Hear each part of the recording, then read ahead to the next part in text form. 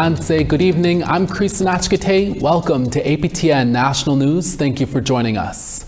We begin in Alberta, where as of July 31st, smudging ceremonies are now officially allowed in all of the Alberta Court of King's Bench courthouses. APTN's Chris Stewart spoke to a long-time Indigenous court worker who applauds the move and says the decision should have been made much sooner. Lucy Johnson has been an Indigenous advocate court worker for decades. And up until now, she's had to go before a judge or judiciary and ask permission for her family to be allowed to perform a smudging ceremony.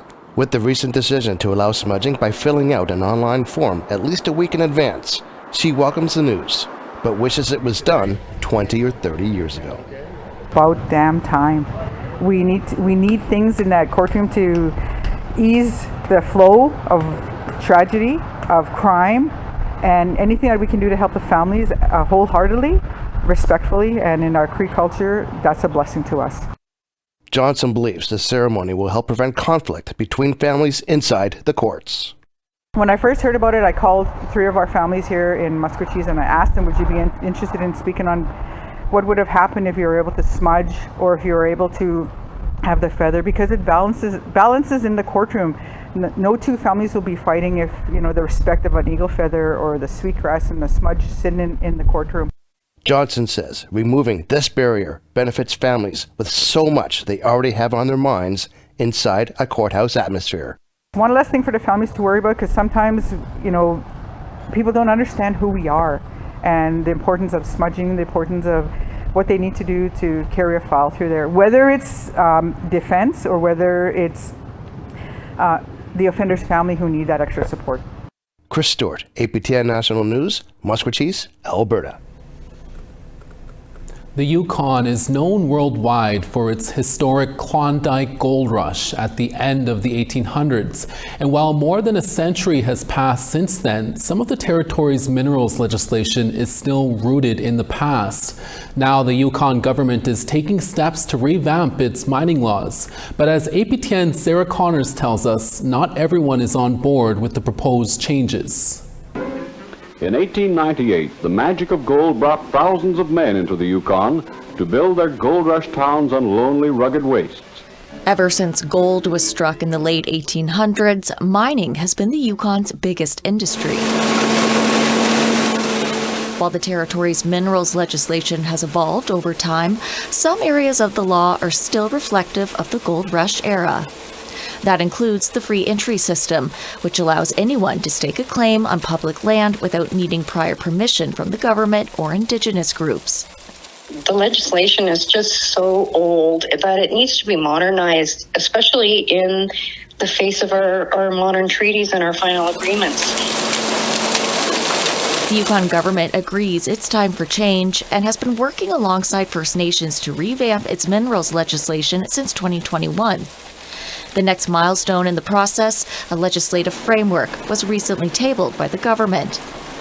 While not an official law, the framework is a roadmap for how the legislation should be developed, while also balancing First Nations rights, industry interest, and environmental protections. But Nacho Nayakdun says it can't support the framework in its current form.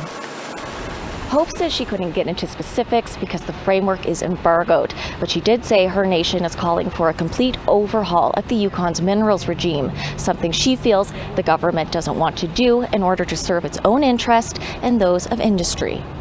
I think that they are just continuing to allow the industry to work in a antiquated landscape. Nacho Nayakdun isn't the only one unhappy with the framework.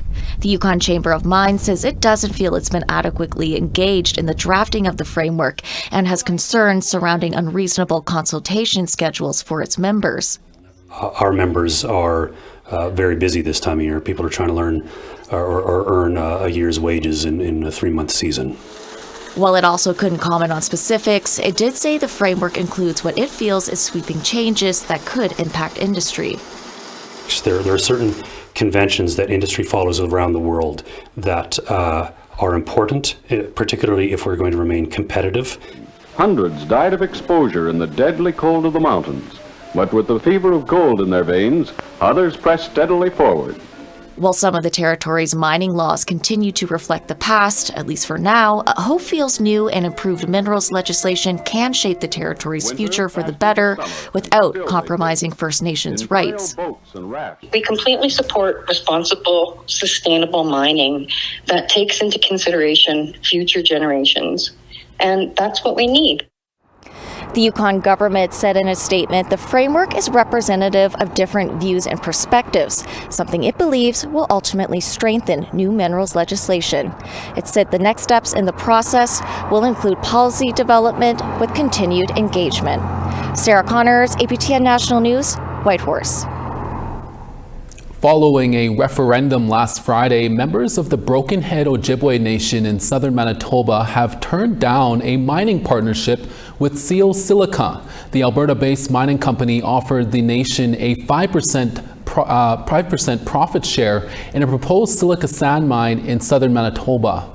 129 band members voted yes and 181 voted no to the partnership, totaling 310 ballots. The share would have generated an estimated $20 million annual profit when at full capacity. However, some expressed concerns about the project's environmental impact, including protesters who gathered at Brokenhead last Friday. In a Friday email to APTN News, Seal Silica President Carla Devlin said they would respect the decision of Brokenhead members, adding the project remains subject to provincial approval and our door will remain open for future dialogue should the community wish to re-engage. If you have feedback on a story you saw here or have a story idea, here's how you can reach us. Do you have a story you want to tell us? Send us an email to news@aptn.ca. And to watch and read our news and current stories, go to www.aptnnews.ca. And you can find us online on all of your favorite social media sites, including TikTok, LinkedIn, and X. And you can watch this newscast anywhere, anytime on YouTube. Follow us at APTN News to join the conversation and see our latest stories. We have sports news in Alberta coming up next, and we'll also take you to a Migma pageant on the East Coast. We'll be right back.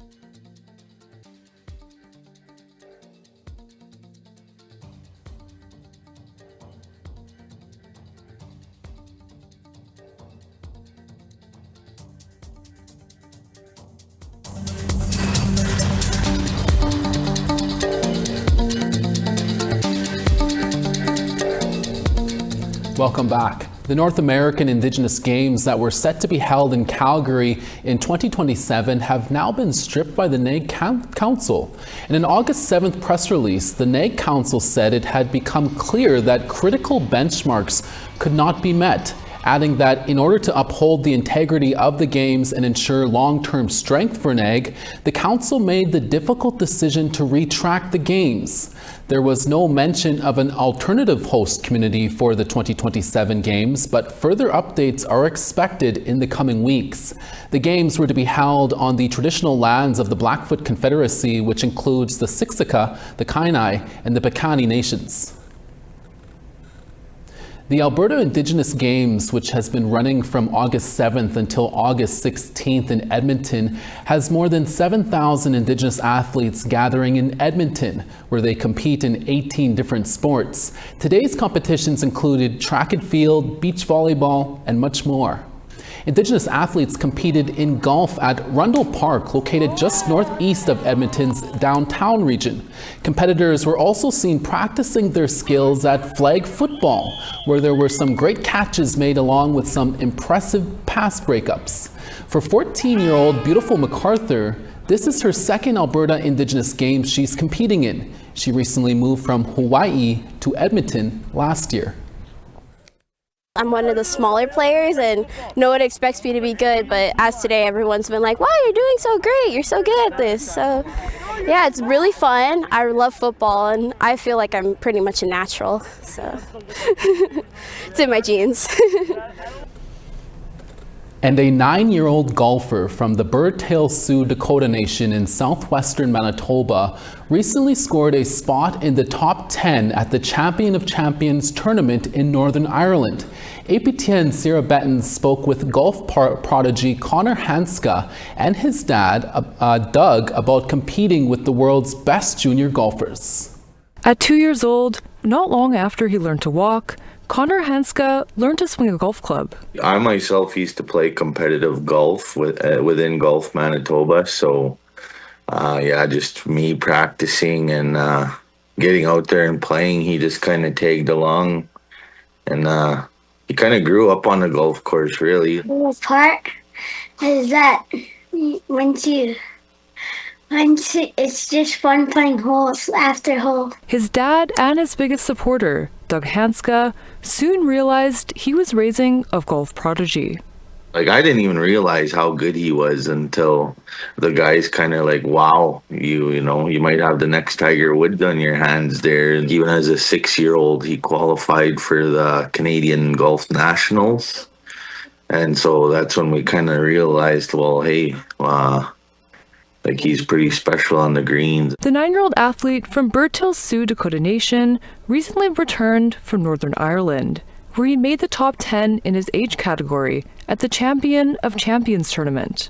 It brought 250 of the world's best junior golfers from over 40 countries to compete at the Lochran Resort in Enniskillen. He did really well and to place top 10, for us as parents, it's like pretty surreal, and like we were, we're still taking it in and trying to process it, cheering him, it's just another round for him. With over 3,000 followers on TikTok, Connor has fans from around the world. After qualifying for the Champion of Champions tournament, generous sponsors lined up to support him. We had multiple organizations reach out to us, and they want to help him with his journey, and it just was like a ripple effect. There's thousands of kids that compete for those spots every year, so for him to be one was really amazing. Now back home, Connor has become a local celebrity.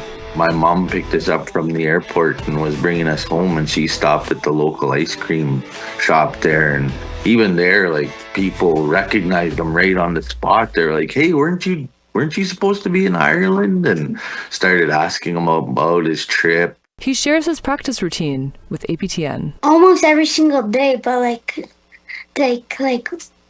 one day off and then go. Hey, so pretty busy. Yeah. Aside from his stellar swing, his dad says Connor's positive attitude makes him a one-of-a-kind athlete. His sportsmanship is, some of the it's the highest I've seen out there. Like, win or lose, he's always encouraging kids to try their best. When asked what advice he give to other aspiring golfers, Connor had this to say. To keep your head up. His family continues to share his progress and achievements on TikTok at Hanska Golf. Thank you for your love and support. Sierra Bettens, APTN National News, Winnipeg. What a pro. Congratulations, Connor. Keep it up.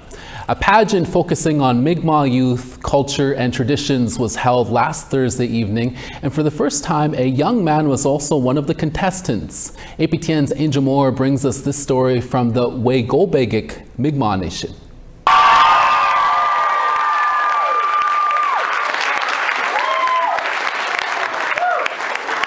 Skylar Cope is 18 years old and was the first runner-up for the Wegobegik pageant, which is the Migma name for the Millbrook First Nation. Cope was also the only young man who participated in the teen category after encouragement from his mom. And it turned out to be so much more. I learned a lot. I have lots of knowledge that I could carry on with me now, and yeah. As the teens prepared to go on stage, the audience was reminded that this pageant is also about Migma culture. The contestants started workshops last June that included jingle dance lessons and Migma language classes. Aaliyah Maloney was second runner-up. She is 15 years old and says she loved learning about the Migma culture. Honestly, just the workshops, the belt making, the moccasins, the ribbon skirts, even though you're not speaking Mi'kmaq, you're learning it. You're learning the values of the culture, you're learning how to make mocks and what our ancestors did. I think it's really awesome. The highlight was when 16-year-old Sophie Grun was crowned Teen Wegobegik. I feel like when I was on stage, I was trying to keep my cool a little bit because I didn't want to seem like I was like too hype about it, but I just feel crazy. I feel like once I get home and take off my dress and my crown, I'm just going to look at it and I'm so proud of myself, and yeah. The crowns were beaded by Marissa Bernard, Candace Nevin Mayo, and Shanda Nevin Mayo, and Nick Phillips beaded the medallion. The pageant included several categories: the tinies ages 1 to 5, the minis ages 6 to 10, and the teens ages 15 to 18 years old. Community members entertained the 100 people who attended.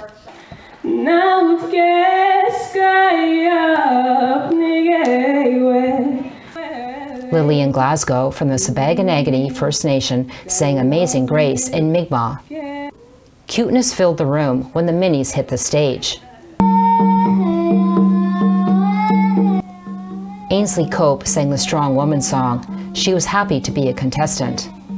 Because I thought it was going to be cool, and I liked the fact that they made littles go in the pageant. All of the minis were winners. They also participated in Mi'kmaq teachings leading up to the pageant. Autumn Augustine is the leader of the minis and says including the youth in the pageant is important to build relationships. I just hope they get independence and grow from this and learn a lot about our culture, and get to bond with the older girls. All the contestants gained confidence and learned more about their culture. Even though Cope was the only young man on stage, he hopes more young men participate next year. 100%, because it's great. It's a great experience. You do lots over the summer and just lots of pleasant experiences. Maloney and Grund will represent Wegobegik at the Nova Scotia Migma Summer Games pageant, taking place in the Wegmancook First Nation Unamagi Migma for Cape Breton. Angel Moore, APTN National News, Wegobegik Migma Nation. Winnipeg indie folk artist Ethan Lyric is up next to tell us about his new song. That story when we come back. Stay with us.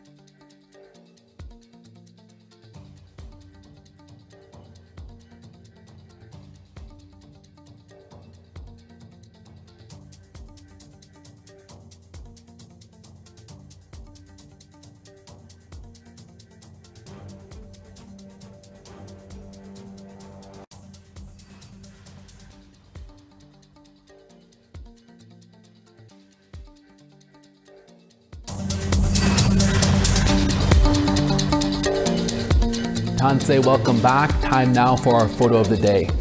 It was orange skies over Pelly River in Yukon, Canada. This photo of the Pelly Barge and Suspension Bridge comes from Fran Etzel. Thanks for sharing your picture with us, Fran. What have you been up to this summer? We want to see, and don't be shy. Whether it's whipping up your favorite meal, taking part in a local powwow, or going on a big adventure, send us your pictures to be featured as our next photo of the day by emailing us at share@aptn.ca. Time now to look at tomorrow's weather forecast. On the East Coast, Halifax sunny and 27, Fredericton 36. 19 in Cartwright, 23 rain in the Grand River. St. Jovite 32 in rain, Quebec City sunny there and 32. 35 in Toronto and sunny there, Sault Ste. Marie 26. 24 in Elliott Lake, Thunder Bay 24. The Paw 16, Thompson 10. Princess Harbor 19, Gimli 20. Regina 25, Saskatoon sunny and 26. Buffalo Narrows partly cloudy and 16, La Ronge 13 and partly cloudy. Showers in High Level at 14, sunny in Fort Chipewyan at 14. 32 in Lethbridge and sunny there, Medicine Hat 30. 23 in Tofino, Penticton 33. Smoky and Prince Rupert at 14, Smithers sunny and 18. Beaver Creek 19, Mayo rain and 16. Wrigley 19 and showers there, Watee sunny and 20. Fort McPherson 19, Polituck showers and 7. 12 in Chesterfield and sun there, Baker Lake sunny and 10. And Arctic Bay really sunny there at 5, Aglulik 6.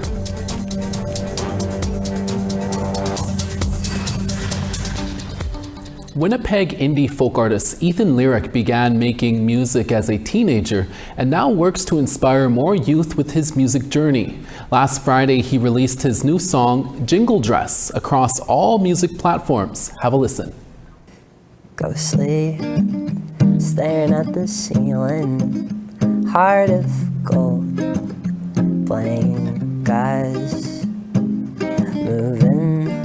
During high school, when I had this really nice guitar program at my school, and it kind of inspired me to learn guitar. And then from that, one day I remember just writing a song, and I showed it to my mom, and I remember she started crying. And a boy who breaks my heart, tippy tappy toes, making little monkey marks.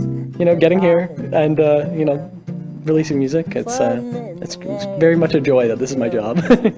I've always hoped that my music can kind of be a good example for kids like me who didn't have Indigenous people in the media growing up to look up to. So I was really hoping that, young Indigenous kids out there can connect with my songs, and I've kind of done my best to make that happen. A couple summers back, I did a tour across Manitoba reservations with a couple other musicians, and it's always so cool to see, the youth connecting with music and getting involved with music themselves. As it say, I need you, just a girl who dances. One of the coolest things to me is I get played a lot on the Indigiverse, which is a Sirius XM station, and it's so cool to be kind of heard alongside a bunch of Indigenous artists I grew up listening to, so that's really exciting. And I think the other thing is just getting to interact with the community, and kind of this helping me on my reconnection journey to the culture. I see you. This new song, Jingle Dress, came about when I was on a week-long retreat as my role as an ambassador of hope for We Matter, which is a nonprofit where we do life promotion, and we go talk to communities and talk to the youth there, trying to just spread hope and culture and stuff. And I was out there, and I never actually really wrote something that was directly connected to my Indigenous culture. I was connected to myself, but being out there really inspired me to try to write something finally that was a little bit more on the nose, and I think it turned out really good. And I'm very happy that I waited until this song, because I think I really did a great job incorporating it in a way that feels natural for me. So yeah, I hope people connect with it too. In every old oak tree, I see you. And make sure you go give Ethan Lyric's song a listen on Spotify there. And finally for us, Indigenous broadcasters from across the globe are heading to Taipei for the World Indigenous Broadcasters Network's conference. The annual conference brings together Indigenous media leaders from Canada, New Zealand, Taiwan, and beyond. This year's conference will focus on international news, sharing digital innovation in AI and the network's future. It's also set to honor the 20th anniversary of this year's host, Taiwan Indigenous Television. The conference runs from August 12th to the 19th. APTN is also the member of the World Indigenous Broadcasters Network. And that's your evening newscast for this Monday. We're back again for your daytime newscast tomorrow. Please join us then.